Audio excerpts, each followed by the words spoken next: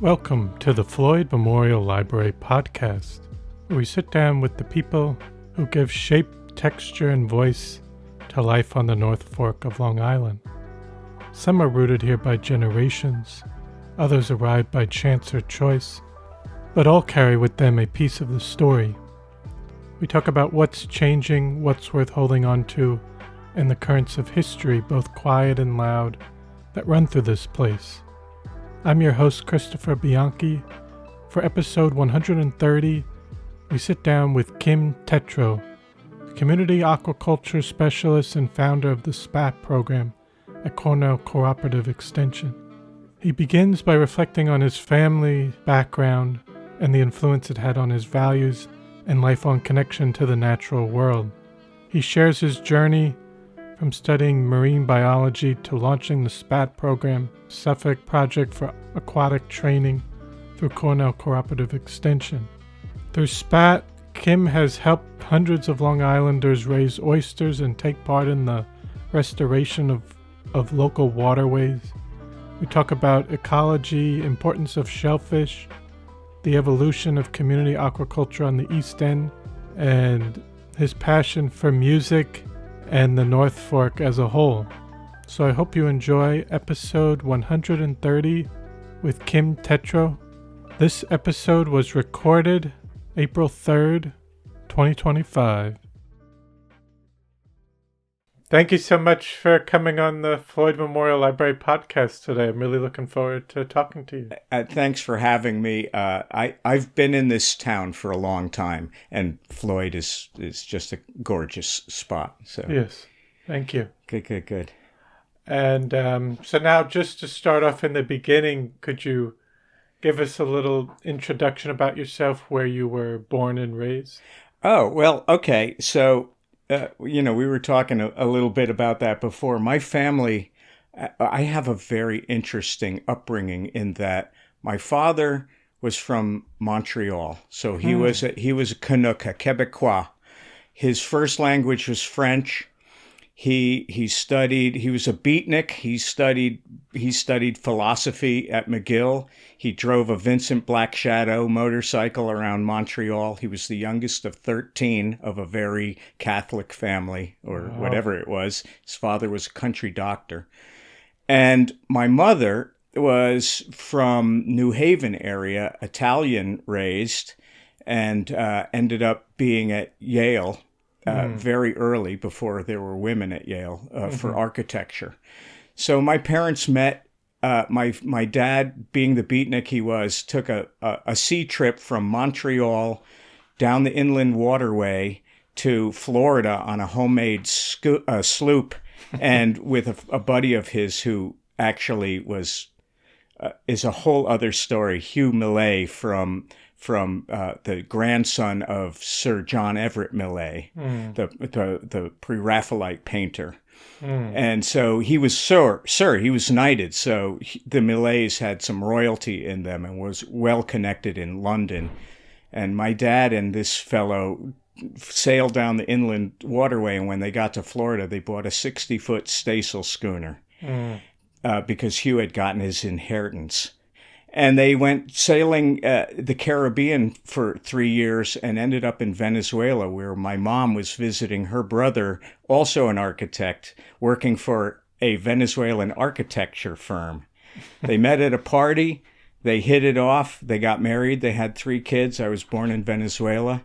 And my dad's third language was English. So I never learned French or Spanish very well because my dad was constantly trying to learn English when I was growing up. Kind of funny. What's interesting about that, the stories behind that would take hours and are fascinating. For instance, my father was a French provincial chef. He was a real gourmand.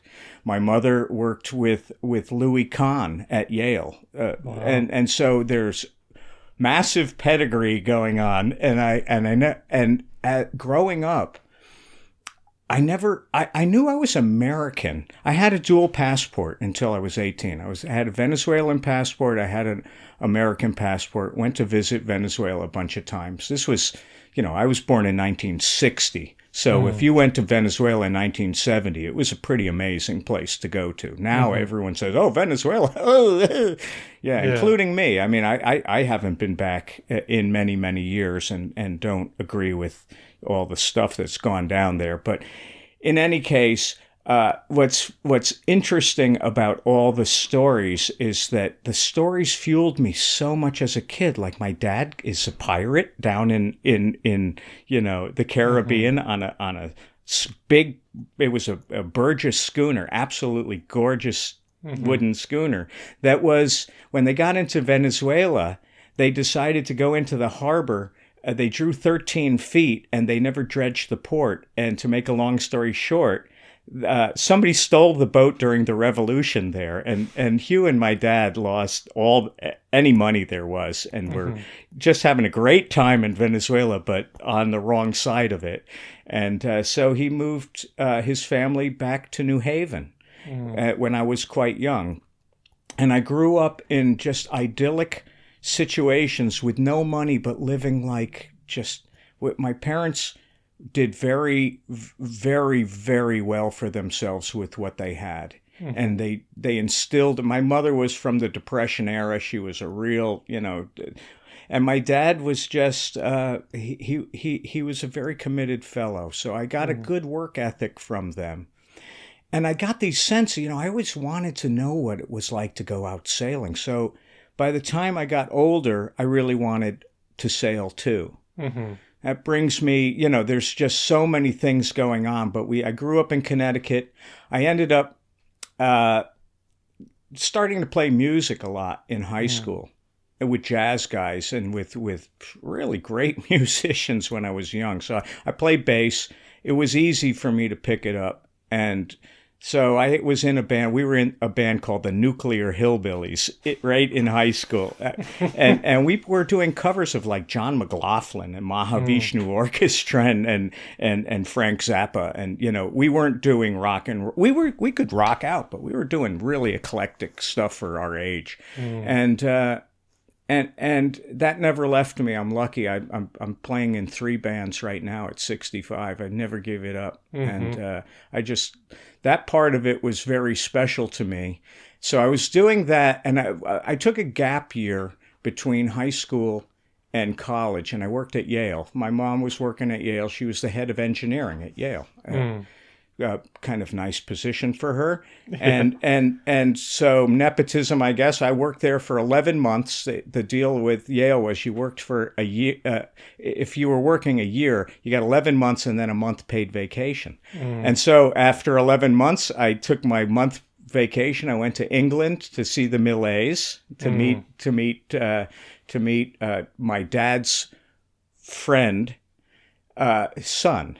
So I went to England. He took us to Sweden. Hugh Millet. Hugh Millet was in 2 Robert Altman films. He wrote a book called The Name Dropper's Cookbook, where he's eating with Salvador Dali out of Salvador Dali's wife's belly button. That kind of stories are in the cookbook. And this is what I grew up with, all these stories. It was like, did you ever see Big Fish, the movie? Yes. That was like the story of my dad's life. I swear to God, when I was watching, it's like, that's what I grew up with, was that kind of alternate reality based on stories that were just so magical. And it turns out a lot of them were true. And a lot of them are totally unverifiable. My mom just passed away a couple of years ago at 92. My dad died at 68, quite young. And so, I got it. I took a gap year. I went to England. I flew back. I was now a freshman at Connecticut. I only applied to 2 colleges. Now, see if you can figure out why. I applied to Connecticut College and I applied to Vassar. And this is in 1978. So what was going on? Well, they had just gone co-ed really kind of recently. So the mix was just prime. And they were they were they weren't Ivy League, but they were high level schools. I got into Connecticut College and I went. even though it was only an hour from my house in the suburbs of New Haven. And I got a fabulous education. It was an absolutely beautiful campus with really good, and it's held true. It's doing very well. But I went in as a chemistry major, which was hilarious because I actually was a good chemist my senior year of high school. That lasted one semester. I bounced around to the classics, to philosophy, and ended up getting a dual major in marine field zoology and field biology with a specialty in wetlands. And that was I worked hard at it. They don't know how I graduated because I took, of all the classes and all the core requirements, I think I took 22 science classes out of maybe 40. I never took a math or a this or a that. I never took a. Yeah. And they're like, what did you take? Like, you got electron microscopy in here. You got all these things and all the web, and it served me very well. I got into education. I went to right after college. I went to Florida Keys, Newfound Harbor Marine Institute, taught coral reef ecology and things for an internship. Came back, did a little bit of education here on Shelter Island. I worked at Camp Quinnipiac as a counselor there. And then I decided, and by the way, right out of college, one of the first things I did was buy a wooden sailboat. A 32-foot Bill Tripp double plank mahogany sloop, absolutely gorgeous, but a wooden boat. And I didn't really have that many skills, including sailing skills. I didn't mention that my semester abroad, I went to Sea Education Association, which is out of Woods Hole. 6 weeks at Woods Hole, sail training, oceanography under sail. 6 weeks at sea on the schooner Westward, 130-foot staysail schooner Westward. We sailed from Woods Hole to Barbados, which took 28 days before seeing land, which had never been done at SEA yet. They never had a leg that long. They actually had to throw a doctor on there to make sure, because we went to the middle of the Sargasso Sea, and then our first stop was Barbados, then Martinique, Bequia, into St. Thomas. And then in St. Thomas, I was offered a job. My skipper, I did a layover when we were in St. Thomas, 1 week to get the boat ready for the next crew, which was a privilege. I was one of 3 chosen to be layover. When I was there, my skipper came up to me and he said, somebody's coming here tomorrow looking for crew. This is an opportunity that you'll never get again in your life. If you can find a way of doing this, this is an opportunity that you'll never get. And so Art Kimberly from the Brigantine Romance came over from Roadtown, Tortola looking for crew on a 120-foot brigantine that he got from Hollywood after they finished using it for the movie Hawaii. And I took the job, and I stayed in Tortola for 6 months instead of going. I called my mom. Hey, Mom, that semester that I'm coming back to, can you defer that for me? And I'll see you in May. Yeah. And I stayed, and I learned square rigging. And I'll tell you something. That's what prompted me to really want a sailboat. I wanted to get a sailboat and go back to Tortola because it was so idyllic. I ended up getting the boat out of college, and we bought it in Noank, Connecticut, and we sailed it into Cutchogue. And I've been basically in this town. That was in 1984. Okay. So I sailed into Cutchogue. It's the first time I really ever came to Long Island. Sailed into Cutchogue, and have kind of been here ever since 1984, except for my stint at University of Rhode Island. So what happened was I was teaching at Quinnipiac, and what's funny? It's Shoreham Nuclear Power Plant. was about to be, there was a lot of protest. And one of the people that was helping with the protest of mothballing Shoreham was this guy, Pete Stoutenberg, whose father was a well-known writer, the nature writer, Paul Stoutenberg. And so I went to Pete Stoutenberg's house to pick up T-shirts that he had made to give to the people that were protesting Shoreham. And he's a contractor. And I thought, he's kind of a cool guy. And I took a job as a carpenter's apprentice. And within a couple years, and I stuck with it because I had a wooden boat. I didn't have good woodworking skills. I had built a little boat, my tender for the boat I built. It took me like 8 months with a little jigsaw and like a Swiss Army knife. I had no tools. I had nothing. Yeah. So, but I built it. And that got me going with the carpentry. So I got the music thing going here with my bands in high school and in college. I had bands all through college. It was fabulous.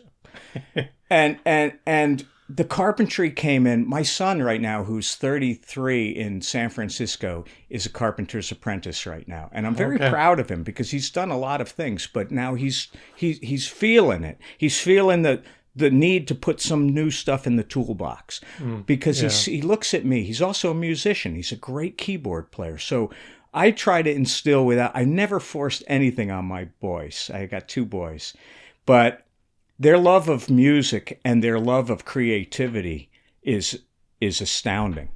And so that's because they see their old man is still driving it hard now. I mean, I do carpentry every single day of my life. I play music every single day of my life. I have a full-time job. We'll get there in a minute. So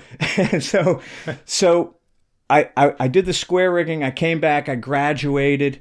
And then I started working the carpentry thing. And after working the carpentry thing for about 4 or 5 years and making a bunch of money, I said, I don't want to work on people's houses my whole life. I want to get back to the ocean.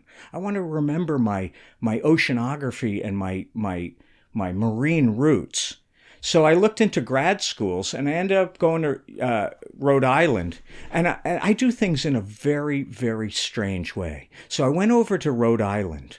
I'd seen the brochure for URI, and they had a program in aquaculture. I knew nothing of aquaculture, and the only thing that drove me to it so deeply was its unnecessary having to take the math GRE because I'm lousy at math. And it's like, oh, they don't need the math GRE. I did great on the bio GRE and all that stuff, but I don't want to do the math GRE. They'll look at me like I'm a moron. So I went over to Rhode Island. I looked around for 2 weekends. I found a house I liked, and I bought it. Crazy. I didn't have a job. I hadn't enrolled to URI yet.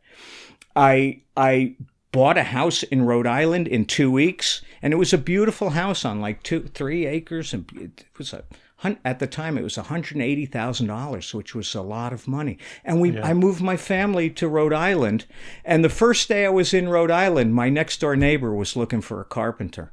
And I ended up doing carpentry for another 2 years. Now, here's the funny thing. So after 2 years of doing carpentry, I get laid off of one of the jobs. And I said, well, that's not very fair. And the guy who was a retired math teacher, he says to me, well, didn't you come to Rhode Island to go to grad school? Yeah, but I got a family. I got a mortgage. But it got me thinking. So somebody said to me, that's not fair they laid you off. You should go on unemployment. Well, I need the money. I go to unemployment, and they say, yes, you're eligible. Are you going to be looking for a job? And I said, well, I really came to Rhode Island to go to grad school. And she says to me with a very straight face, well, do you know that in Rhode Island, if you're on unemployment, the tuition at URI is waived? And my jaw hit the table, and I was like, oh, really? So to make a long story short, I didn't need room and board. I owned a house right by the university. Yes. I ended up going to grad school for free. Well, the first year I went for free. The second year, I got a TA and a stipend. So I went to grad school. There was only two of us in the master's program for aquaculture. What's also ironic is that I took over a shellfish hatchery that was built by a guy that got his PhD in shellfish aquaculture, Bob Skid Row. And Bob Skid Row is coming to my house for dinner tonight. He's just coming from the Northeast Shellfish Sanitation Association. He founded the East Coast Shellfish Growers Association. He's acting director of he's an icon. We both went to the same, he went to Connecticut College and he went to URI. So we share both alma maters. We've known each other for ages. And he's probably the single most iconic member I know in the aquaculture community. Yes. So what happened was, which was really, really ironic, I got my I hadn't finished, I hadn't defended my thesis yet, but my credits were done, my funding was over, I needed to get a job. I applied for 2 jobs. I had a house, my family had a house in Cape Cod, up in Truro. So I applied for Barnstable Cooperative Extension, and there was an ad in the paper in the Suffolk Times looking for somebody to grow scallops. Where? At Southold at the Cornell Marine Center for Cornell Cooperative Extension, where I had just spent the last 5 years before coming to Rhode Island. Yes. I had just spawned scallops and had a batch of scallops. Now, what happened when I went to the interview at Barnstable, I had aquaculture. I had shellfish hatchery blinders on. All I could think about was shellfish hatchery and growing shellfish. So I went to Barnstable. They wanted a wetlands guy. I forgot to even mention that I had an undergraduate degree in it and was taught by Bill Nearing, who was like the wetlands guy. That was my undergrad, but I had tunnel vision. I was in shellfish hatchery mode. And so they gave the job in Barnstable to somebody who was a wetlands specialist. I came to here and spoke with Chris Smith, who is an icon in bringing scallops back to Peconic with Steve Tuttleback. And I got the job like immediately on the spot for very little money, on soft money. But I took it because I took it for a couple reasons. Something I needed to get a job. And I knew this area. This was where I knew. And so I took the job in 1995. And that was 30 years ago last month. I got my 30-year badge. When I did the interview there, I was down at the Marine Center on Cedar Beach. I looked around and I said, it was a Suffolk Community College annex. It looked like the classrooms in Riverhead at the community colleges. It was one of those. Yeah. And it had the students stopped going there because it was too far away from it. It was in the sticks. Nobody wanted to learn what they were teaching there. So it was mothballed. I got there, Cornell had just kind of gotten it. I looked around and I said, this place is a real dump, but boy, does it have potential. And he just thought that was hilarious because I was a carpenter too. I mean, it's like, man, you take this place. 30 years later, it's really a showpiece down there. And a lot of people don't even know it exists. It's down. It's kind of like off the beaten. Everything about my life is off the beaten track. I mean, I actually know two roads diverge in a yellow wood. I could do that because that's the story of my life. And it's been what was the most remarkable thing about taking that job was it needed every single tool in my toolbox. So I went in there, I ripped the building apart where I was going to work. I built a hatchery. We ran the hatchery, and I ran the hatchery for about 5 years until people from the community were just coming in and being pretty blown away. And one guy in particular, he's looking at this stuff and he said, well, I got a dock. Can I grow this stuff at my dock? And he had been there for like an hour and a half, and I'm trying to get work done. And so I gave him a little cup, like a coffee cup of oyster seed, and I gave him a little oyster growing cage. And I said, here, you take that to your dock. He thought I was really cheap, and I could see it in his eyes. He's like, oh, generous guy, coffee cup full of... And I said, there's like 1,100 oysters in that coffee cup. He came back like 2 weeks later and said, there's 1,256. Like, okay, counted them. That's cool. He came back like 2 weeks after that. And he said, I needed another cage. Mine are sinking. What do you mean you're sinking? You're floating them? Yeah, I've got them with 2 swim noodles on there, and they're floating off my dock, and they got so big. He showed me a sample, and I was blown away. It's like much bigger than anything I had, because I was growing 1 million of them. He's growing 1,256, and I'm thinking, I got to do this maybe. I got to get more people to grow this stuff, because shellfish in the water is shellfish in the water. I don't need it in my possession for it to give back to the... We could talk for hours about the oyster and its ecosystem services that oysters provide. It's a big, and it's trendy.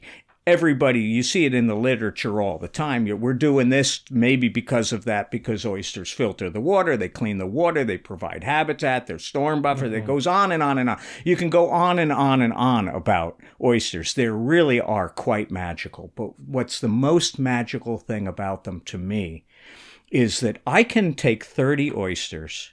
It turns out I can take 4 oysters, because we just did this. Picture this. We took 20 oysters, and went to spawn them. By the time we were done, we had like 1 really good female oyster and a couple that we sacrificed that didn't spawn, and we got 30 million larvae out of that, which we're growing now. Now, in nature, oysters are so the term is fecund. They are full of gametes. The female can release millions of eggs every year for 30 years. Okay? Yes. Because in nature, it's like, 3 are going to make it. But when you are in a laboratory situation, you can get them, you can collect every egg. You can fertilize every egg. And it goes through the thing, and you can have a total wipeout. You can have 100% mortality to bad larval rearing. But so what happened was, when that guy came in for his seed and did that, it started my brain rolling around to a community approach to aquaculture. And that started the SPAT program in 2000. So now we're in our 25th year of community aquaculture at the highest level it could possibly be. It's actually at a higher level than I learned in grad school. It's pretty much at a higher level than any grad school can offer, which is pretty cool. I think it's the only... Yeah, what's that? The heat? Or is it raining? It's the rain. Wow, is it raining? Sounds like it's raining in here. Yeah. So what's fast, and here's my disclaimer or my statement. This is not about me. Okay. I might be a little bit of a Tom Sawyer or a Huckleberry Finn or a Pied Piper or whatever, but this is all about the people in this community. Okay. That made this work. I am their, they call me the guru. They call me whatever. I'll agree that if you were to emulate this program anywhere else, the single most important thing is to have leadership that knows the material. Okay. And I know material, but I'm learning every single day. I mean, I have been growing shellfish now for basically 33 or 34 years. I was thinking about you this morning. It's like, what would I say to this guy about... I could say to him that, when I was in grad school and I was learning how to do this, and I had a family and 2 kids, it was 7 days a week in the season to run this thing. Well, I'm in 7 days a week right now.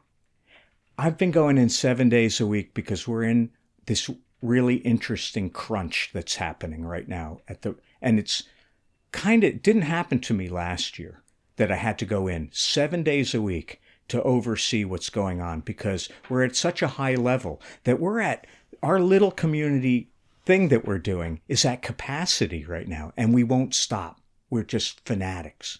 So we have right now, keep in mind, as we're doing this talk, it's April 3rd. Okay? Now, I would say that the ambient water temperature in the creeks, not in the bay, but in the creeks, is starting to hover around 7, 8, 9 degrees Celsius. I need 10 degrees. Nothing we have right now is on ambient flowing seawater. We have to feed it every single day algae that we're producing or procuring, not from nature. Okay? That's just the way it is if you want shellfish out of season, which we do. And there's a whole reason for that. So right now, the SPAT team is on we call it all hands on deck, because we have 2.5 million new oyster seed we're feeding that are worse than any teenager you will ever meet standing in front of an open refrigerator door. Okay? They're just gobbling. But we have in our possession now something I've never had in 33 years of doing this. We have an oyster that has never been on natural flowing seawater that is approaching 10 millimeters. Keep in mind that oyster will be 3 inches by September. When it hits ambient water, what's going to happen is, and when's it going to hit ambient water? Here's the deal. We're going to totally run out of food by either tax day or Earth Day. They're only a week apart. So I'm giving it to tax day, the 15th. They're probably going to finish us off, and we're going to slap them on ambient water no matter what the temperature is. And they'll do great. They will do great. I don't want to lose any. They're very spoiled, but it's 2.5 million seed runs my whole program easily. That was from one spawn. That spawn was on January 29th, which is the earliest I've ever spawned shellfish. So all of these magical things, why are we doing it? Because my crew of community volunteers are so polished. We're like, we're the SPAT team. We could call ourselves a SWAT team. We were all in at 7 o'clock this morning doing our crazy feeding regime to feed. We also have, now that's our 2.5 million oyster, what we call poset. We also have, we just did a batch of clams. We just set 3-4 million clams yesterday. We have a new batch of oysters from this one oyster spawn that create one oyster female that we have 30 million larvae we're growing. So even before tax day, we're at full capacity. And when ambient water comes by, it's like you were running a zoo. And I said this to somebody yesterday and they thought it was pretty funny. It's like you're at a zoo and you're feeding the animals, and then one day the sky opens up and the orangutans just have this constant flow of bananas from the sky. Yeah. And you look up and you say, thank you, nature, for providing this so I don't have to feed these freaking things anymore because I'm getting tired. And that's exactly what happens, and it's coming our way. But here's the thing that's fascinating to me. In nature right now, shellfish are eating the algae that's coming up. What they're doing with it is they're utilizing it for reproductive growth, so that when that beautiful first May glorious baking down sun on the creeks heats the water up really quickly in shallow creeks, they're going to spawn. Okay, there's something's in May, June, July that's going to set them off. These shellfish don't spawn till June. We spawned in January. That's a half a year advance. But here's the ticket. In April and May and June, there will be a prolific unicellular microalgae bloom in all the bays and the creeks. It happens every year as there's plenty of nutrients, the temperature's coming up, these microalgae are going to bloom. and it provides all the things that shellfish need to get ready for reproduction. Well, what happens if you already have seed available for that algae bloom? They go crazy. They grow like your grass in the summer, and you can't keep up. And this is what I teach my group. It keeps people involved year-round. Yes. And we're one of the only programs where you can keep the oysters and you can eat them. You can do anything but sell them. You can't sell them. You're not allowed. We've started 17 oyster companies, but it's not the same thing. We can teach you how to go commercial. I got a call from Phil from Oyster Ponds this morning. That was the first oyster company we started. That was 20-something years. They're the largest. They're going to be the largest oyster producer from hatchery in New York. Yeah. If they're not already. They might already be. And that was the first one. Poor Reggie Tuthill passed away last year. And, you know, we knew each other all these years. John Holsoffel. This community is a fascinating community, and one of the reasons why is it's just chock-a-block with characters. There's so many characters. Your podcasts have so many characters. You could one of my characters is my bandmate Dave Burson. Perfect example. Yes. Perfect example of a character. Between us, we could walk around. He did the book of Souls of the North, or pictures of. This place is so rich. It's so textural, and what I do for a living is so rich and so textural. The reason why it's been such a phenomenal success for the community and for me, because I'm doing what I want to do. Is that we build all of our own stuff. So some people, they come in every Monday. The deal at the Marine Center, by the way, is, and I have a core group, I call them the Blue Hats. Blue Hats are fully vetted. They're like docents. They come in every Monday, Wednesday, Friday from 8 to noon year-round. And it's like 10, 15. It's crazy how much work we get done. We build all of our own stuff. We do our own fundraising. I don't write grants. I don't want to service grants. I don't want to be beholden to anybody. I want to drive it successfully within a wonderful organization that is Cornell Cooperative Extension. Thing with Cornell Cooperative Extension is it's got hundreds of employees, the Suffolk one. We're the largest. I think we're the largest Cornell Cooperative Extension in the state of New York. As far as hirees and but are there there are other locations? Here's what I was going to say is that I'm part of the Marine program. That's one of 5 divisions within Suffolk. You have the ag department, you have the horticulture department, you have family and consumer science, you have 4-H, you have the farm. You've got all these different things going on. Yeah. Fisheries is part of the Marine. So anything Marine is in there. And there within Marine, there's 5 and 10 and 15 divisions. Yes. So it's a big network. And what's funny about my part of it is that I created the SPAT program from scratch.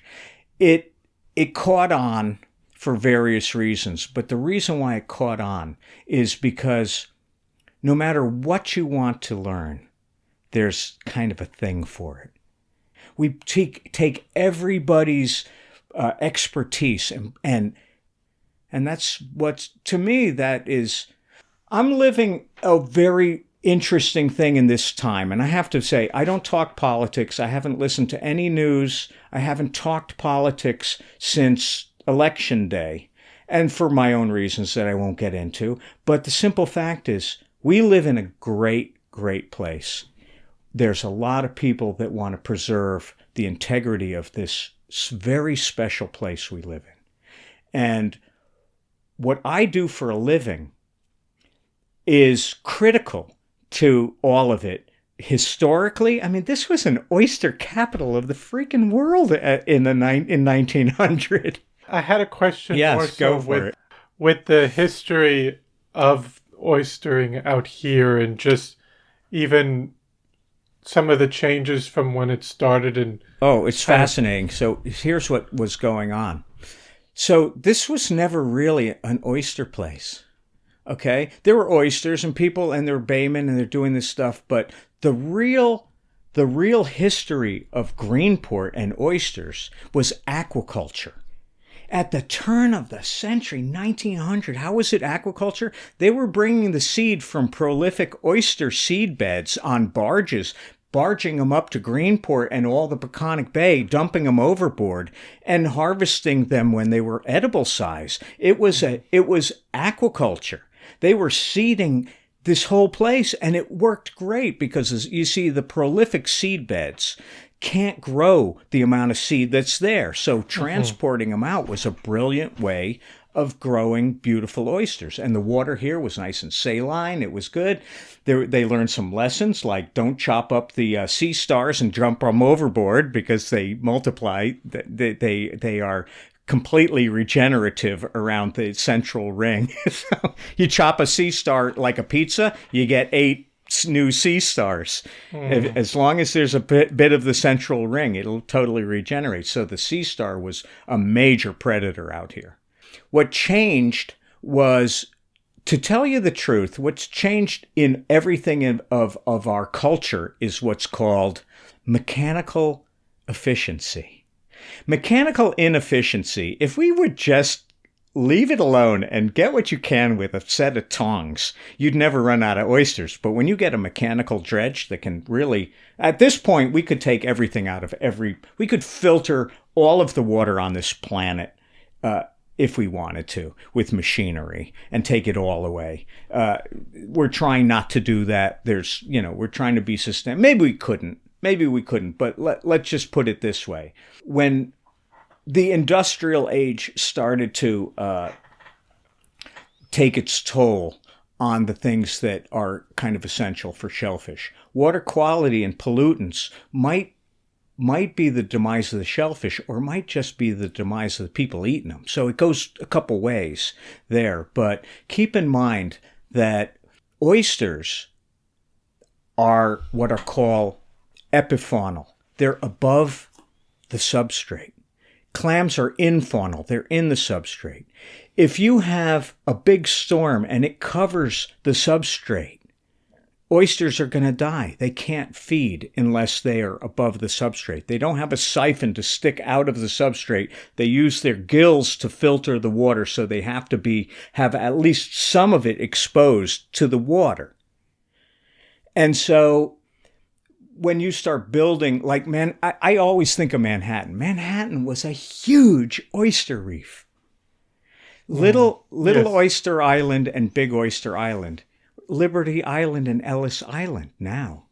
But they were, my one-liner was, well, Henry Hudson, he was asked to come and give a talk because they were naming a river after him. And he took the Half Moon up the Hudson, what was going to be the Hudson, and he couldn't get the Half Moon in over the oyster reefs, which was, I think, historically the truth. And what happened to him? Well, we started building, and you get runoff, you get siltation, you get overfishing, you get pollutants, you get all these things going on, and you get some crashes. You can have, in a lot of places like the Chesapeake, it was oyster pathogens. MSX and Derma pretty much took all the oysters away. They've been working on it ever since I've been looking at this stuff. And so what happened in Greenport was that the seed supply collapsed, and the war, people say the war had a lot to do with it. The manpower of World War II took a lot of people away, and like the post-war effect of, well, there was some, I'm sure there's some pinpointing and looking at the graphs. It's just amazing. There's a really nice book. I have a graph of the peak of oystering in Greenport was off the charts. And you see pictures of mountains of shell off of the shucking houses here. It's really quite staggering. But what's interesting about that is, as the wild stocks were diminishing and the aquaculture part of it started getting harder and harder to deal with, you had the new form of aquaculture coming in. It started with a guy named Plock It's now shellfish are preserved, and it was Eros. It's now still Eros. Hatchery is down there where Plock's original hatchery, and then you had Frank M. Flower and Son in Oyster Bay. They were. It all came from Milford Labs. There were a group of scientists trying to figure out how to grow shellfish, and it was really primitive, but they were pulling it off, and it all had to do with growing unicellular microalgae. That's what fueled it. That's what gave them the ability to do a lot of this stuff, was getting certain pure cultures and doing these things. Now, shellfish hatcheries are very few. Very few. I mean, the fact that there are as many as there are on Long Island is amazing in a way. Yes. And we're still learning, but we're getting better at it. So I think what is happening now is so intriguing because it's what I've called for the last 30 years the new form of aquaculture on Long Island, which is the single oysters that are so boutique and worth so much money, and the clientele is everywhere around us. So the demand for it? Everything. All these guys, their biggest problem is just getting enough seed to grow. I think Oyster Ponds, according to Phil, he's going to do like 10 million oysters this year. Wow. And it's not all, there's not all survival. You got to know what you're doing, and you got to play it all out, and you got to know your markets. You got to know your handling. There's a lot of issues, and we're farmers. And so there's new things happening all the time to set you off or give you a bump. We're farmers. It's fascinating.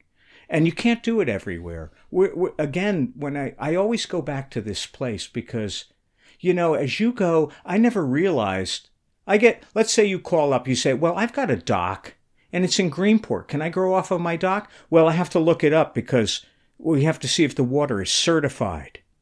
It's DEC, Department of Environmental Conservation, has a wonderful website to tell you every single waterway on Long Island, what's open, what's closed, what's seasonal, it's all there. It's so simple to use.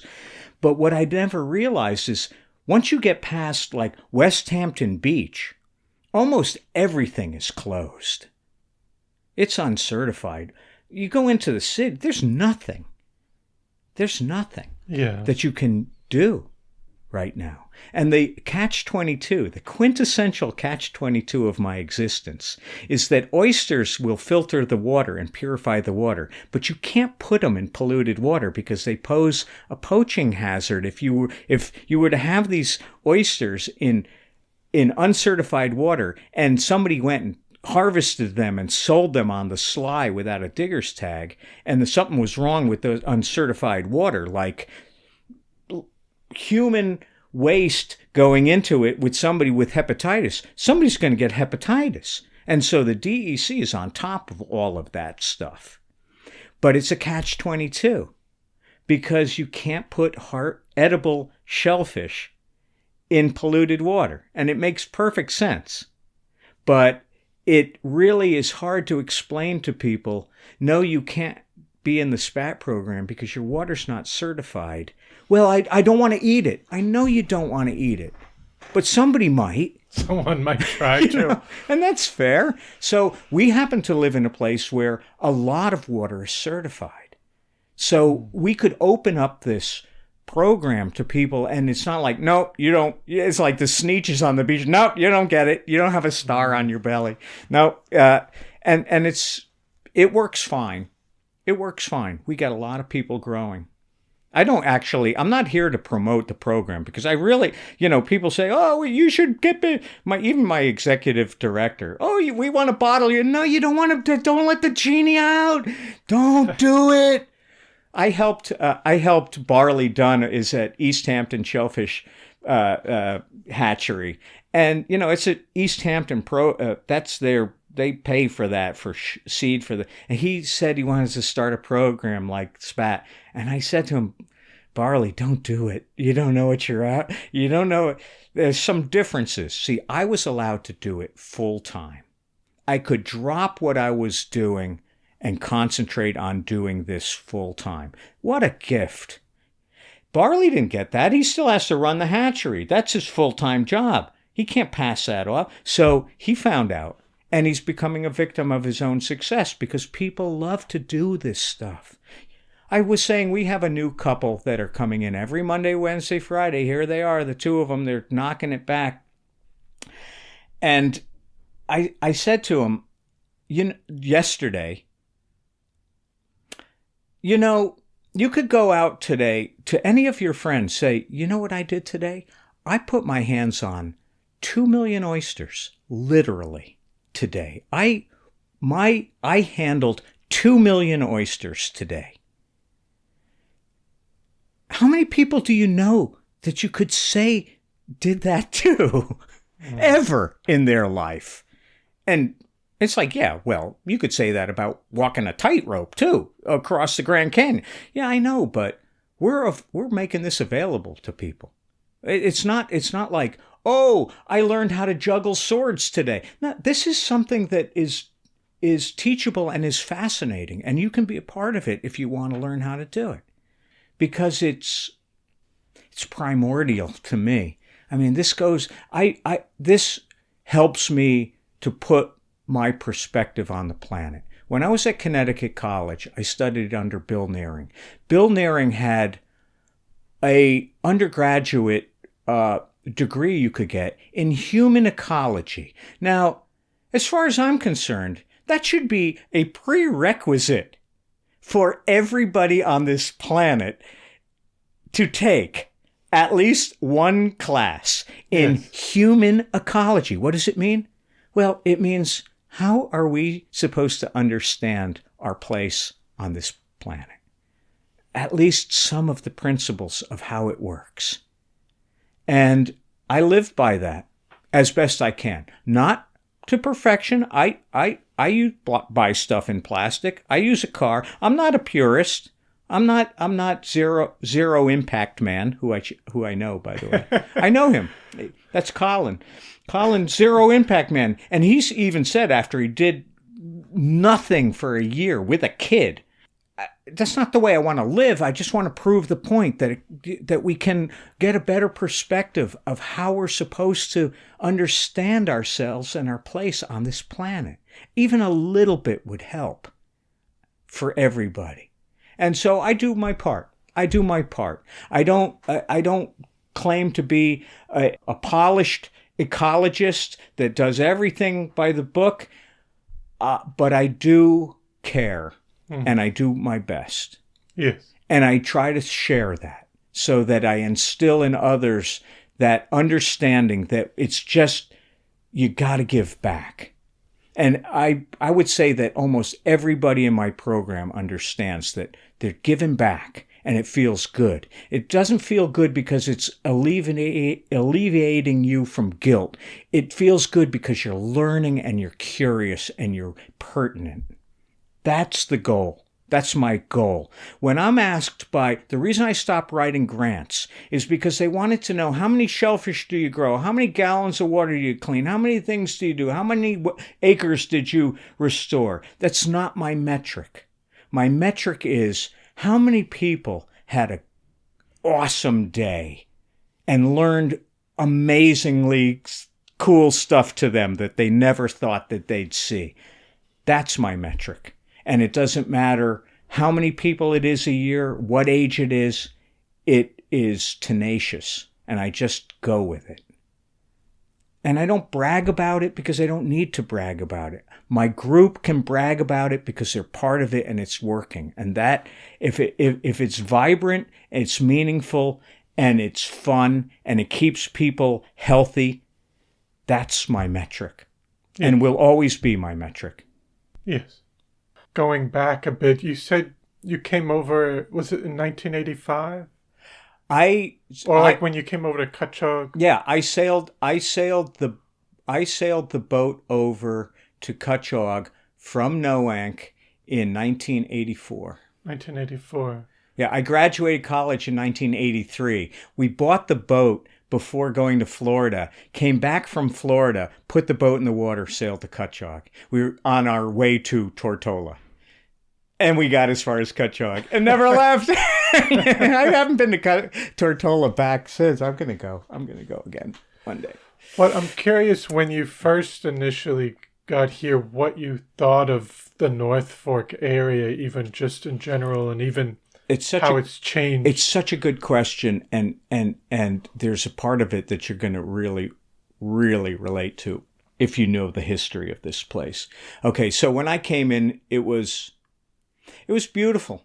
You know, I grew up having a place in Cape Cod, so it wasn't like, oh my God, I've never seen anything like it. I grew up in Cape Cod in Truro on the bay overlooking Provincetown. I knew beautiful waterfront. That wasn't the issue. Totally different environment. These are Cape Cod, if you're on the outer part of the Cape, there's no protected anything. Wellfleet is protected. Everything else is like open. It might as well be open ocean. It's kind of like being on the Sound. So here were all these meandering creeks and really quite beautiful, and the sailing was beautiful, and all these things were beautiful. But here was the thing that I'll never, ever forget, that plays such a powerful role in what was to follow. Sailed in to Cutchogue, clamming in Broadwater Cove, 1984, looking around at Osprey and the wetlands and saying, this place is so beautiful. But look at the water. It's like coffee. You know why? Oreococcus angiophrygepherans. Now, repeat that after me. Brown tide. The first year of it, nobody knew what it was. It hadn't been... I'm clamming in Broadwater Cove, looking at the water saying, this is like mocha. This is so weird. And all of a sudden, something breaks the water surface. What the heck was that? Well, you know what that was? It was a scallop swimming from the 4 feet on the bottom or 3 feet on the bottom to the surface, because scallops can do that. That was the last scallop that was going to be in Broadwater Cove for like 20-something years. I didn't know that. Nobody knew it. That was brown tide. I came in right at brown tide. What brought me back to Long Island? Brown tide. Brown tide in 1995, brown tide had wiped out the scallops in Peconic Bay. All of them. They did a survey of all of Peconic Bay. They found 4 live scallops. 4. After a whole season of sampling everywhere, 4 live scallops. They were gone. Why? Well, I have my own half-baked theory. It's not that half-baked. Scallops have an 18-month life cycle. If you knock out one year class of scallops, you're going to be really in trouble, because if you lose 2 years of it, it's kind of the nail in the coffin. And we had 10 years of it. It was because I believe that most shellfish larvae do not thrive in the face of blooms of Oreococcus angiophrygepherans. It's not nutritive, or maybe it's toxic, or maybe it clogs their system, whatever it is, if they found it. If anyone's listening out there that knows the answer and has the literature on it, send me, and I will update my understanding of it. But the simple fact is, scallops were gone. The fishery was gone. The fishery is kind of gone right now for a different reason, and we're working on that, okay? But when I had scallops in my possession in 1995, they were chomping at the bit to be getting scallops back into Peconic Bay. And it wasn't really until 2004, so working on scallops for a good 9 years at Cornell, until we got enough money to do the program that really brought scallops back. It was, and it's still going on. We still put all those buoys out in Orient Harbor. Scallop is the scallop array, and it fuels the bay. Unfortunately, you say, well, it's not fueling the bay anymore. What do you got? Well, actually, scallops are doing exactly what they're supposed to be doing, in a way, because they're recruiting back into the environment. The only thing they're doing is they're dying like 2 months early, which is 2 months before harvest, so nobody gets to eat them. But other than that, they're still behaving well. It's not the same as brown tide. But so that has changed. The water dynamics around here change all the time. The topography and the building, I mean, let's face it. This is a high-end area, and it's gentrifying, and it's changing. I mean, I've known Al Krupski forever. Al, he's now the supervisor. Hallelujah. I told Al, you're the supervisor. You will be the supervisor of this town for the rest of my life. And he's like, no. And I'm like, yes, you will. Yes, you will. Because you're younger than me. I think he's younger than me. And I'm going to be here for the rest of my life. And you are fit for the position. So God bless you. And, you know, the reason God bless you is he knows, as do many, many of the North Forkers that have been here forever, what's special about this place. And it's hard. The only way that you can keep it from getting out of control is to buy it up and preserve it, which has kind of been happening, which is good. But you can't do it. You can't buy the whole place and preserve it. It's tough when something new goes up. I know my wife and I were talking about this last night, and we were talking about Mattituck, of how I said it was like the testing ground to see how you could push the limits of the zoning. So when McDonald's went in, that was like, a fast food restaurant's going into Mattituck, and they spent a lot of time getting it to look okay. It looks fine. It's not like this weird McDonald's. No, there's no. So do you still see McDonald's trash on set? Occasionally, people have to learn those human ecology rules, that's all. But, you know, we've done pretty well. Can we preserve it to be our own little haven for those that can afford it? You know, I don't know. I don't know the answer. I do know that I am remarkably spoiled because I worked hard for what I got. But what I got was a piece of heaven on earth. And I'm very thankful. I never take it lightly. So for other folks, I mean, my kids, could they buy a place out here? Never. Not at the rate they're going. But they own a house here because their mother passed away. And so now they got to figure out what it's like to be a North Fork. They grew up here. Mm-hmm. They grew up on the creek across the creek from the Marine Center. I lived there for 5 years. I used to send my kid across the ice in the morning in the winter to see if it was thick enough for me to walk to work instead of going around. I used to canoe to work for 5 years. I canoed to work for 5 years. Really? Yeah, because it took less time than walking the 180 steps to get to work around, or I made it to work one day in 13 paddle strokes, standing up in a canoe. Life is great. No, but now looking to the future, where do you see oystering and aquaculture moving forward for this region? Well, this is very tricky because I have literally been saying this for 30 years, looking out there and saying, this place is going to be the epicenter of the most amazing oysters. For 30 years, I've been saying that. Mm-hmm. We've been working on it, and it's happening, but I'm not in any hurry anymore. I did when I say I did my 30 years, when am I going to retire? It's very hard to retire when your emeritus, who still comes in every Monday, Wednesday, Friday, is 90. Yeah. So what's my incentive? I keep joking around with them. My incentive is to retire, to volunteer for my replacement? No, it just makes no sense at all. I say I'm going to retire when I can't afford myself anymore. And that's the truth, because if I have to afford myself by writing a big grant, I'll probably retire. And I don't have to. So I have a 5-year plan coming, another 5-year plan. And after that, I'll negotiate with myself. I'll be 70. I'll renegotiate my 5-year plan when I'm 70. Because I got a great gig, like you got a great gig. We said that at the beginning. You got a great gig. I got a great gig. I have a great gig. I love my job. I love it every day. I was at work at 7 o'clock this morning. I didn't have to go in today. I had 4 volunteers were there at 7 o'clock doing. It's scary in a way. It's like Frankenstein in a way, but all the monsters are a little prettier and they don't tear your lungs out.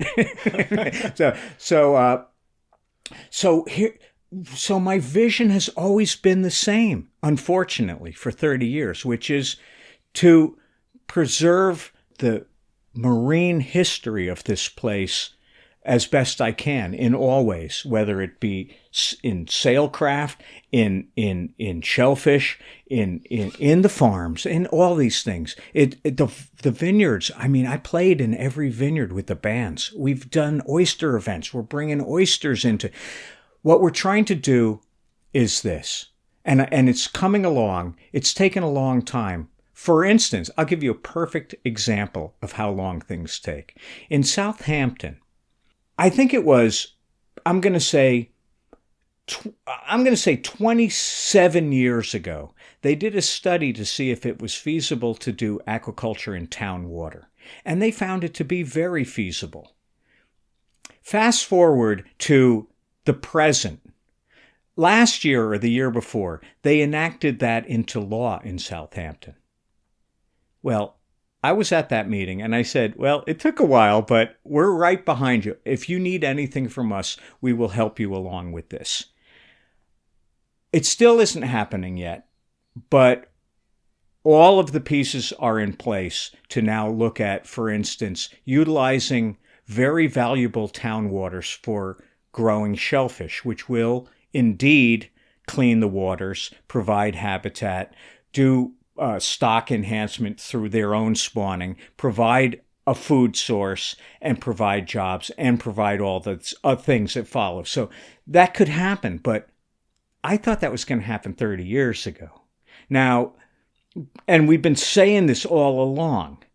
Now, it takes a long time, but we're also learning from all these years of it so that we do it right. And that's what we really do want to do, is do it right. Don't do it wrong. So everybody got into it, then they got out of it. Now there's gear in the water. It's all over there. What a mess, and blah, blah, blah. Or the environment crapped out, and now whatever it is, we want to be prepared and do it right. But I still believe that this place will have shellfish as an integral part of its identity. And the beauty of that is wine has become an integral part. Well, Alex Hargrave, he was a pioneer. My best friend out here used to work for Alex at the beginning at Hargrave's. Yeah. He's now the winemaker at Peconic Bay, Greg Gove, another character, greatest guy in the world. And, that's the character of this place. It's very luxurious in a lot of ways, but let's face it, we're an hour from Manhattan. What are you going to do? So maybe we're gentrifying certain people out of existence. That's sad. I don't know what to say about the planet that way. But I do see the future of this area being very strong because there's a lot of people that are paying attention, that will help shape it. Mm-hmm. And I hope that a balance is reached so that it doesn't turn into just have you ever been to if you go to Hilton Head or even Kitty Hawk and all these places, you go down where they've just built it up to be a resort community. Yes. That I don't see that happen here. Yeah. And so where's the cutoff place? It doesn't matter to me. I don't know the rest of Long Island. There's a lot of beautiful places. I know the North Fork. I know the South Fork. I lived in the Springs for 11 years, so I got to know the South Fork. But that's changed quite a bit. Let me tell you something. I owe my whole older life to the South Fork and COVID. Two things I'd never say in the same sentence, but because of the South Fork and COVID, I now live in Southold in Eden. So thank you, Southampton, and East Hampton. Even worse. Thank you, East Hampton, and thank you, COVID, for allowing me to live in Eden in Southold. No, but like you said, it's a challenge, and I think we are preserving this area pretty well compared to other parts. Well, for other parts of Long Island, even the South Fork, we're doing, I think, a better job. But I think what people are talking about now is more Are more people, are we able to have more people come in here? And is it a diverse socioeconomic balance? But that's a tough.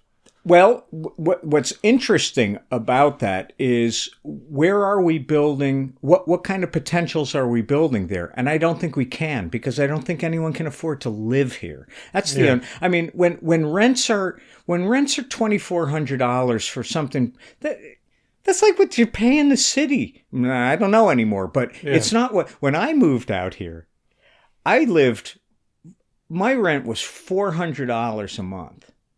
Where was that in? That was in, you wouldn't believe this, but this was on the water in 1995. Well, by the time I moved there, it was 1997. Wow. But things changed pretty rapidly. Yes. And, I bought a house and I paid, and I did a couple things out here. But the simple fact is, it's done. You can't touch anything. When we were looking, when I say about COVID, and I don't want to get into finances, but when I was looking at moving to Southold, my wife knew every house. It's like, wait, you're looking at $1 million houses? Hello, every house is $1 million. It's like, well, but in the Springs, a little ditzy house could be $1 million too. Yes. So that's sad. Who can afford $1 million house? Well, a lot of people can afford it in a way. Yeah. But a lot of people can't even dream of thinking about it, and that's sad. But it's not. It will make a difference in the demographics. There's no question. There's no getting around it. There's no getting around that. So will it turn this place into another Hilton Head? Not really. Because if people can hold, I mean, the thing with selling your farm preservation, and doing that and keeping it in a family, now people have valuable real estate that they can pass on and live out here and make a lively. You can make a lively. The difference is this. Here's a big difference I think that has changed. Let's say you were a farmer and you're growing tomatoes and you're getting $1 a pound. Now you can grow an heirloom tomato. You can grow cherry tomatoes, get $5 for the thing. You can do boutiquing to play the game. If you're going to, you can be the little guy that doesn't make a lot of money, but you can grow, a $2 cucumber. And you couldn't do that before. Mm-hmm. Cauliflowers, what are you getting? A quarter for a cauliflower? Whatever back in the day. Now, so there are ways of making a nice, beautiful living out here, but you got to be courageous and you got to think outside the box and you got to live with the demographics that exist here too, I think. Yes. And if it's a summer crowd, then it's a summer crowd. Then you cater to the summer crowd. What do? Hey, give me some gigs. I want paying gigs with my Shuck. I got a band called Shuck and Jive, right? We're awesome. I mean, I've been playing music my whole life, but I love what we do. Nobody does what we do. So summer crowd comes out. Let's entertain them. Let's have fun. Let's share this world. So I don't know. I know where I stand in it. I don't know where the rest of any of us stand in it, but I know where I stand in it. And where I stand is I want to be a person that wants to be vibrant, active, doing good things to make people feel good. That's it. And, I have a steady gig all summer long, every Saturday for 26 weeks. That's mind-blowing to me at a 65-year-old to play music every Saturday for 26 weeks. That's like going on tour. I might as well be Bono. He didn't play bass. I might as well be Sting, except I don't sing. I'm not getting a good analogy. I don't know who I could be. I could be me. Yeah. I could be me, and I inject into it, because I can't help it, these other parts, like oysters, like environment, like good stewardship. That is on every gig. It's got to be. It's part of the message. Why not? It's my bully pulpit. I don't preach. I just say, you want to live out here and have a great time? Dig in. Don't be shy. When's the last time you took your kids down to walk on the shore and go put their feet in the water. This is your backyard. Don't miss it. I remember take it for granted. I remember being in St. Kitts with my buddy from grad school who was the head fisheries officer. We went on a 110-foot dive on black coral. And you look up at the bottom, there's the bottom of the boat at 110 feet. He made a movie, he brought it into the local school. These kids thought it was Jacques Cousteau. This is your backyard. This is your backyard. You can do this.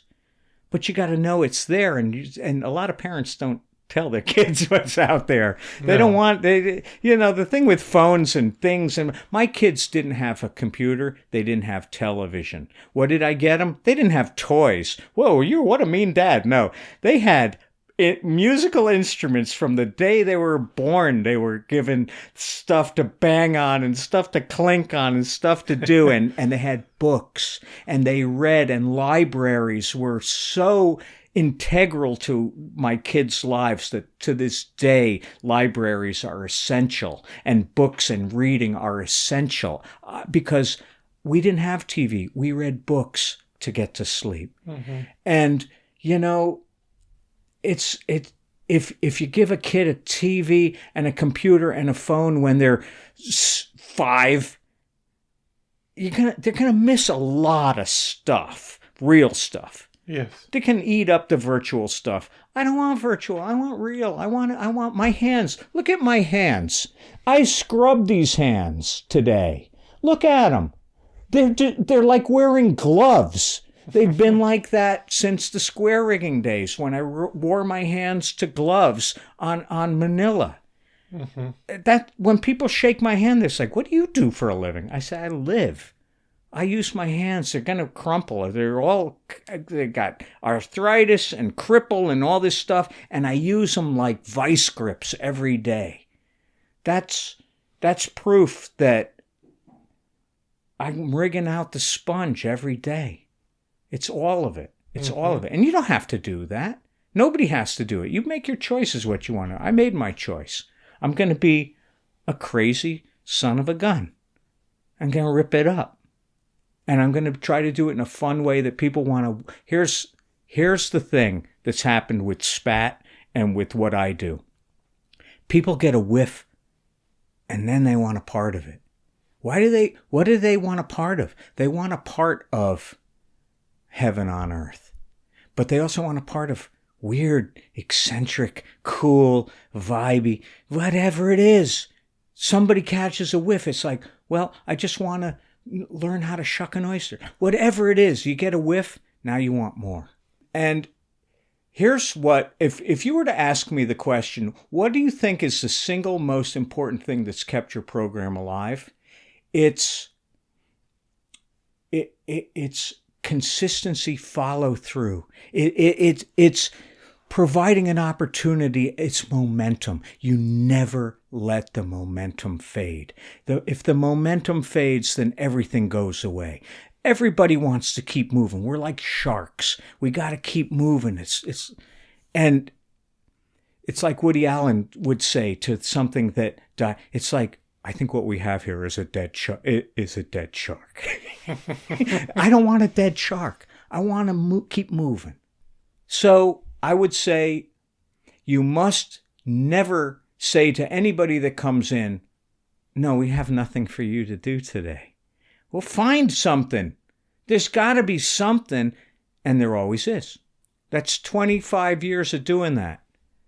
And it gets tricky after a while, but if you look around, and sometimes you just have to get rid of, no, they don't want to do that. How do you know they don't want to do that? Clean that tank. I got this couple that getting good at cleaning tanks. And you move them on to something else so that it's not, we don't go in there. All we do is clean tanks. No, it isn't. You just put your hands on 2 million oysters. Nobody knows how to do that. And I showed you protocol. This is how you do it right. I've been doing it for 33 years. I'm a fanatic about it. I'm teaching you. You've never done it before. I'm giving you the whole bag of gold to play with. Don't spill any dust on the ground. And if they do, oh, that's okay. We've done that all. You're doing good. You're doing good. Yes. I want to be like Tom Papa. Look at you. Look at you. You're Looky, you're just doing a great job.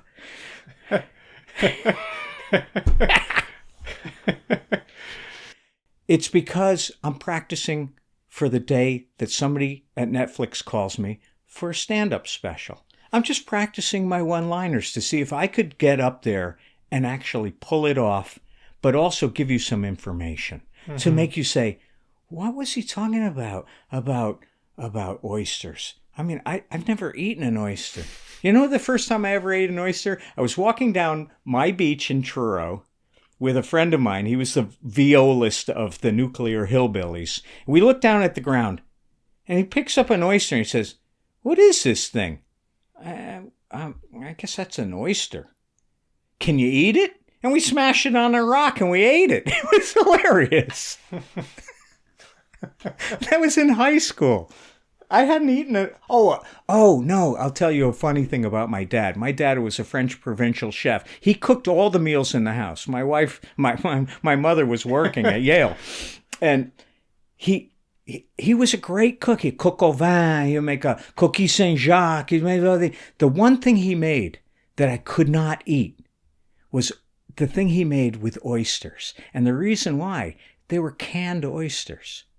We didn't get fresh oysters. We were in Connecticut. You could get them, but they were expensive. He'd buy canned oysters. He loved them. We didn't have to eat at the dinner table. It was the one thing he would make that I always say, thanks, Dad. I'd walk away and I'd flush it down the toilet and I wouldn't say a word.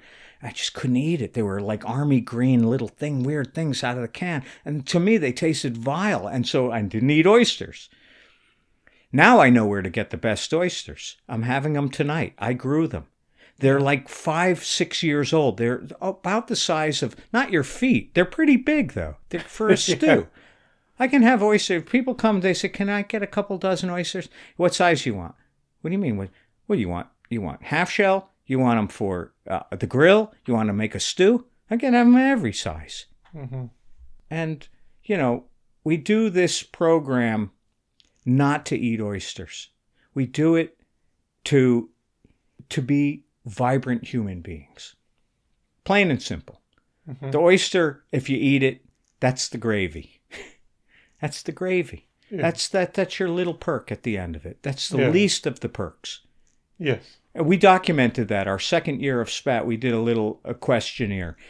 Eating oysters and growing oysters to eat, that was never the first thing on the list. Learning new things, being part of community, all of that was, maybe they were lying to me, but they get oysters too. Mm-hmm. So that's cool. Yeah. But I was curious because you mentioned your dad is from Montreal. I actually did my undergrad at Concordia University. Yeah. So I was curious if he had any stories of his time growing up in Montreal. Well, here I can tell you, my dad was a very interesting fellow, but here's my take on what happened to him in Canada. Mm. He was the youngest of 13. He had then, or was it 15? I think it was 15, because he was the youngest of 8 brothers, and there were 7 sisters. 15. The youngest of 15. By the time he was born, his mother was soon to die, and his oldest sister was going to be as old as his mother, which should have been kind of deal. I mean, something like that. Yeah. I mean, so it wasn't. His mother died young, relatively young. His father died relatively young. He was raised by his sisters and his brothers, and 6 of them were priests, and he wasn't into it. And this is even weirder. Some of his sisters had a form of hemophilia. Women don't get hemophilia because you don't last very long if you're going to menstruate. Mm-hmm. There's a very interesting history about his family, but what happened was he rebelled. And how did he rebel? He shaved his head. He grew a long beard. He got the most powerful motorcycle you could buy, the Vincent Black Shadow. And he'd tool around Montreal studying philosophy in McGill until he found his ticket out of Canada and out of what he didn't consider to be who he was. And he fled to become a crazy pirate. And after that, all bets were off. Yeah. Because then all of a sudden he became part of this, almost like the Three Freaking Musketeers. There was a sculptor named Jim Ritchie.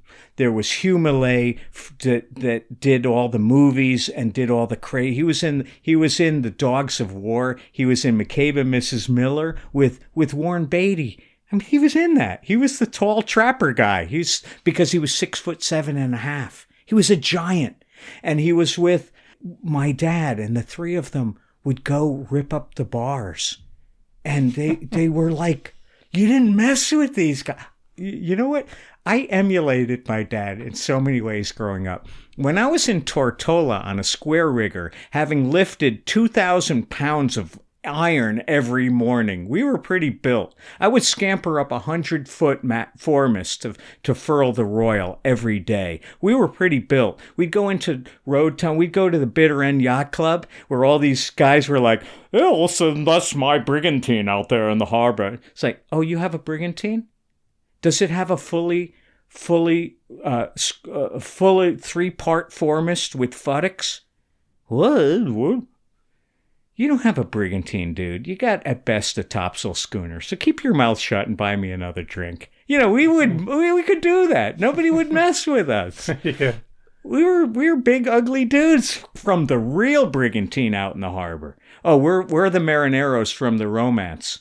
Don't call your boat a brigantine unless it's got a fully square-rigged foremast. Okay, that means there's futtocks with the doublings. The yards go up on the masts. You have a topsail schooner that you pull a little curtain down, and that's not the same thing. So call it what it is. Learn your stuff. Mm-hmm. Because we were being trained how to learn our stuff. My skipper from Art Kimberly, when I was back in college, he sent a picture of me making a bow pudding for the ship's boat. He taught me how to do it with manila. I'm making the pudding. He said, if I had known you were so into this, he didn't say into this, he was an old guy. If I knew you were so interested in this, I would have taught you how to splice wire. If you want to come back, we'd love to have you. What an opportunity. And I couldn't do it then. Now life had caught up with me. That's why that's the lesson of this podcast. When you're given an opportunity to do something, really look at it to see if you really can't do it. Or what you can do and because if you miss every opportunity, then life doesn't give you any spice and you don't know which direction. I used to say to myself, I wake up every morning, there's a pair of dice on the bedroom table. I roll it and it comes up the same number every morning. One day I roll the dice, it's a completely different number. It's like waking up at Groundhog's Day and it's different. That's happened to me a couple times. One was taking the job back in Southold here. I rolled the dice. I'm offered a job back where I used to live for 5 years. And you ever have those dreams where you grew up in this house and then you moved away and you have dreams of that house, but you never go back there? Well, I used to have dreams of Southold and I'm never going to go back there. And I got back there. It's like my dream came freaking true. And so when opportunities come up, you have to analyze if you're going to take that step. And how long are you going to do it? And it's fascinating. Mm-hmm. So my dad, how did he didn't, and by the way, so growing up, we hardly ever went back to Canada. We did go back and it was great. And there was crazy family parties. Talk about family. I have like 68 cousins. None of them would speak to us because we didn't speak French. We were like, we were chastised for being Americans that couldn't speak French, and they were Quebecois. They didn't care less about. So it was very interesting, but I have to say, I could have had dual citizenship in Canada. What a glorious thing to have all the time. Yes. My dad, he was Canadian. He was never American. How glorious was it for him to be an exporter traveling the world as a international exporter with a Canadian passport and speaking a bunch of languages with a really crazy accent. He was like perfect. And so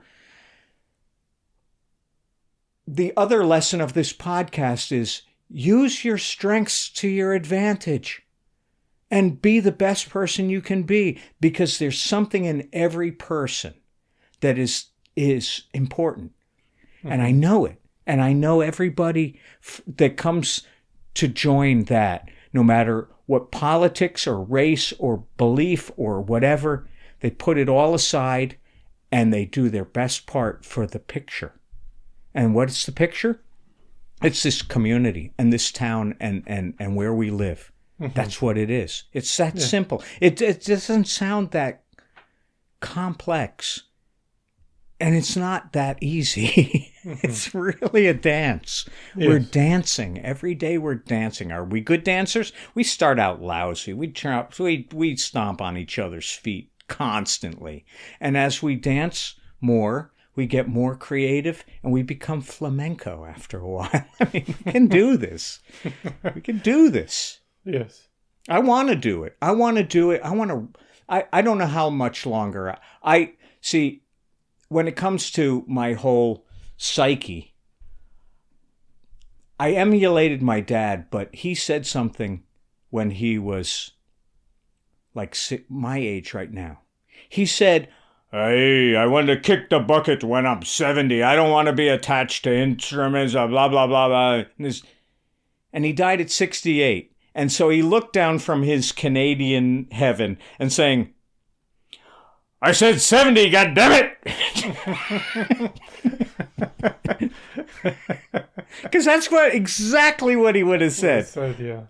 And my mom died at 92. Mm-hmm. I was with her, and she lived a remarkably full life. And she did exactly what her dad did when he was 89, and which seemed ancient at the time. He said, "I've done it. I don't want to be a burden. This is how you turn it off." And they somehow found a way of just turning it off and dying peacefully. Mm-hmm. He did it at 89. She did it at 92. All I wanted her to do was to cut her dad, as Charlie Mingus would say. I cut Duke. He lived longer than Duke Ellington. Not by much, but he cut Duke. My mom cut her dad. Not by much, 3 years. I want to cut my mom. I want to cut my mom. I want to go to... I don't even need to live to 93. But boy, would that be luxurious. Now, am I reliant on that? I live one day at a time. And every day is important. Mm-hmm. And people don't have an equal share. Some people live very vibrantly into their 90s and into 100. Look at Jimmy Carter. God bless Jimmy Carter. Okay, do I need to do that? I need to enjoy every day, starting today until the last day. I don't care when it is. I would like it to be a long time from now, because everybody knows, not everybody knows, but some people know they got a lot more to do. There's a lot more to do. Some people don't want to do anything. Okay, then die young. I don't care. If you want to come to me and say, "I don't want to die young. I would like to be more vibrant," we'll find it. We'll tease it right out of you. Mm-hmm. Because it's in everybody. They just don't know. They're not given an opportunity all the time to know it. And it's sad. Or it isn't. But, you and I live a very similar existence in that you and I have a job to perform that's important for the community. Okay? The library is an essential part of community, as is what I do, because we're offering up opportunity to explore. And because of that, our jobs are the same jobs. We just do it a different way. But it's essentially exactly the same thing, is to give people of every single age, of every single walk of life, the opportunity to explore. And if you're 92 and you can't lift a coffee cup, but you can turn an ebook, then do it. My mom, I knew she was on her way out when she couldn't read comprehensively anymore. We gave up her library on the Cape because we couldn't move it. It was so vast. We kept the choicest pieces, but had to get rid of 80% of this vast library of hers because she was just couldn't get enough. And now in the day of nobody even wants a hard copy book because it takes up too much space and you can digitize it, libraries are the resource that you go back to. I'm like a library for what I do. Mm-hmm. And we're doing the same job. Yes, definitely. And that's it. That's and that we will continue to do it as long as we're providing for that. Yes. And that's what you and I do for a living. That's what we do for our goal, is to do that. It's just in us. We do it. So the most important thing we can do is to pass it on so it keeps passing on. It starts with the youngest and it ends with the oldest. And it's our community. And we can gauge it because we can keep looking at your historical records to see who was doing what in this silly town to make it the way it is. Yes. What's funny about that is I am not born and bred North Forker, but I've been in the North Fork the majority of my life now. Mm-hmm. And so I can call this home and I will die here. I might not be here when I die, but I'm going to be here when I die. Mm-hmm. What does that mean? Well, maybe I will be in Riverhead. I hope not.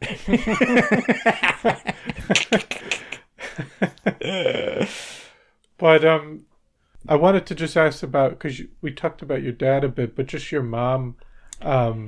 You mentioned that has Italian ancestry, and grew up in New Haven. Did she grow up in that Worcester Square area? You know what? So you know what's what. So yes, my mom grew up. Her father, Alfonso Vestuti, was pretty close off the boat. He actually got his music degree from Yale in 1899.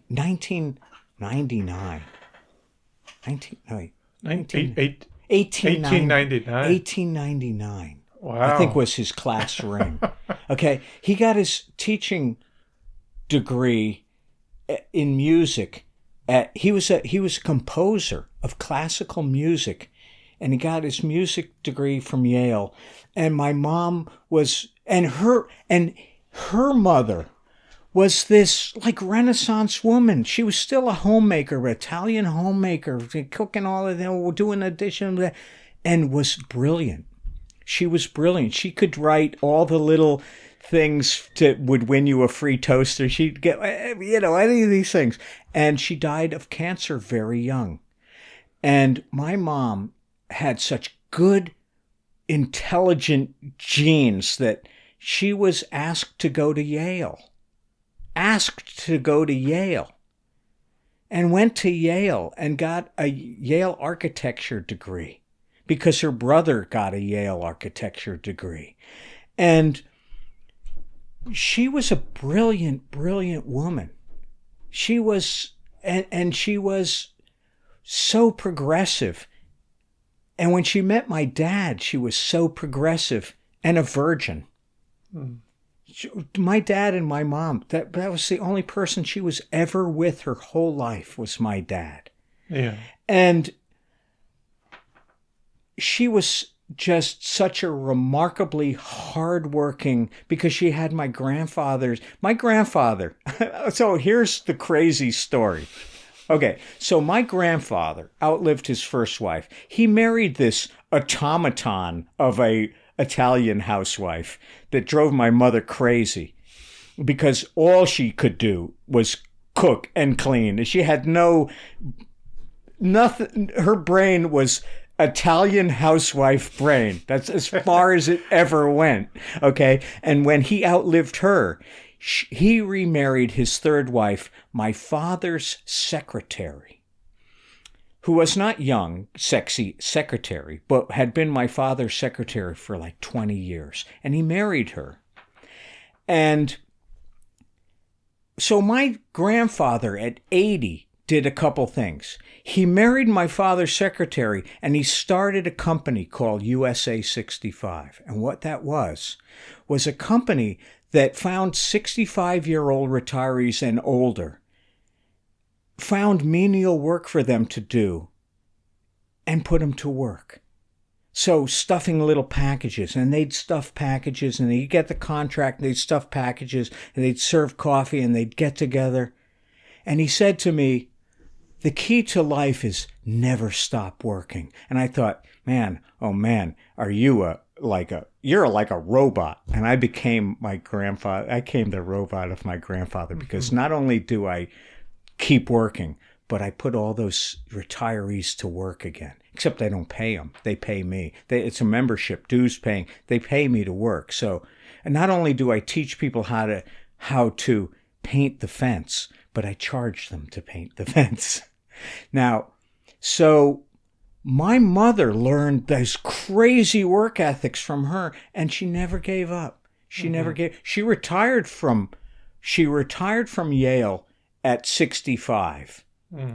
But she went on to work hard at all kinds of other things. She became a world traveler and took classes back at Yale in sacred music and did all these things. My dad passed away. She didn't sit and wallow. She got busy. And she lived to 92 until she couldn't be busy anymore. And she said, that's it. My grandfather, why did he die at 89? Because he had a leg amputation when he was 88 and he couldn't drive anymore. It's like, screw that. People, it's like my dad. I don't want anybody taking care of me, and turned it off. 1 year, turned it off. Yes.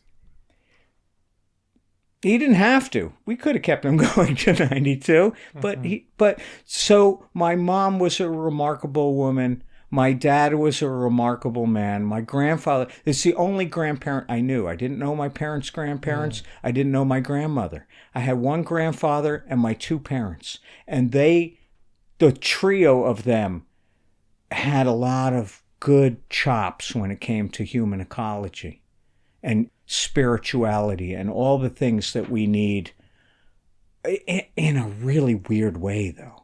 And yes, she grew up in Worcester Square, so I go to Sally's Pizza and get that clam pizza, and go to Pepe's and still just dig into the whole vibe that was New Haven. I mean, New Haven was an amazing place to grow up in a way. Yeah. I mean, it really was. Good music, good intelligent people. And I'm not trying to diss anybody I got a blue collar training when I was a carpenter. I will never think that wasn't one of the most important parts of my life, was digging into carpentry and being a blue collar hard. I do it every day. Nobody is unequal on this planet. We're all equal.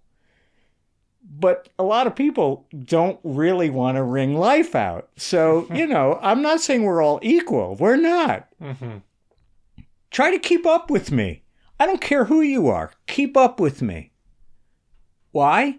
Because I got a couple years left where I can dig in this hard. And I'm going to dig in. I said this on my way in to talk to you today. I said, you know what? You got to give these hands a break. You got to chill out. These hands, what you got to use these hands for, more importantly, is not the crazy stuff you do with your hands with the log splitter and the chainsaws and the lifting, the crazy stuff and the crazy stuff you do. Concentrate on your music. Concentrate on your finesse with a microscope. Concentrate on your finesse. Stop thinking you're Peter Pan that doesn't want to grow up. I know I'm Peter Pan. I don't want to grow up. But you're going to get older. You're not Dorian Gray. You're the painting. You're not Dorian Gray. You're the painting. It's up in the attic and it's getting old. So chill out. Use what you got and keep doing it. And so we got more podcasts to do, because it goes on and on and on and on. And we could talk for days and hours about different things and meander into places we've never been forever. I could tell you about being in the middle of the Sargasso Sea on Halloween and being becalmed with sharks surrounding us, and me winning the contest for best costume as best inverted project proposal and mesopelagic fish dissecting a scientist. I could tell you all those things because they're all true and they're all stories and they're all important to me.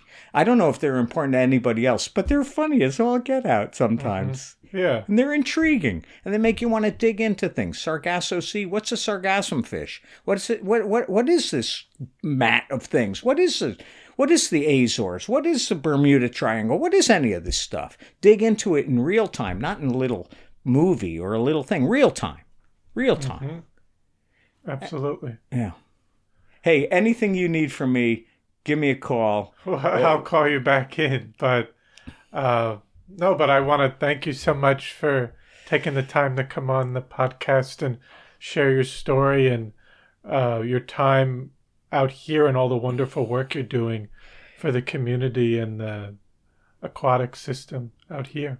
It's a pleasure, and all I can really say is it's a first installment if you want, because, you know, what you do with your podcast is get locals and historians and people to tell stories. And stories are what have made us into the culture that we are. It's storytelling more than anything that keeps us growing. And so it's been a pleasure. And anytime, because there's a lot more stories out there. Definitely. Thank you. Good. Well, I hope you enjoyed episode 130 with Kim Tetrault. I want to thank you for listening to the Floyd Memorial Library podcast, and we'll see you next time.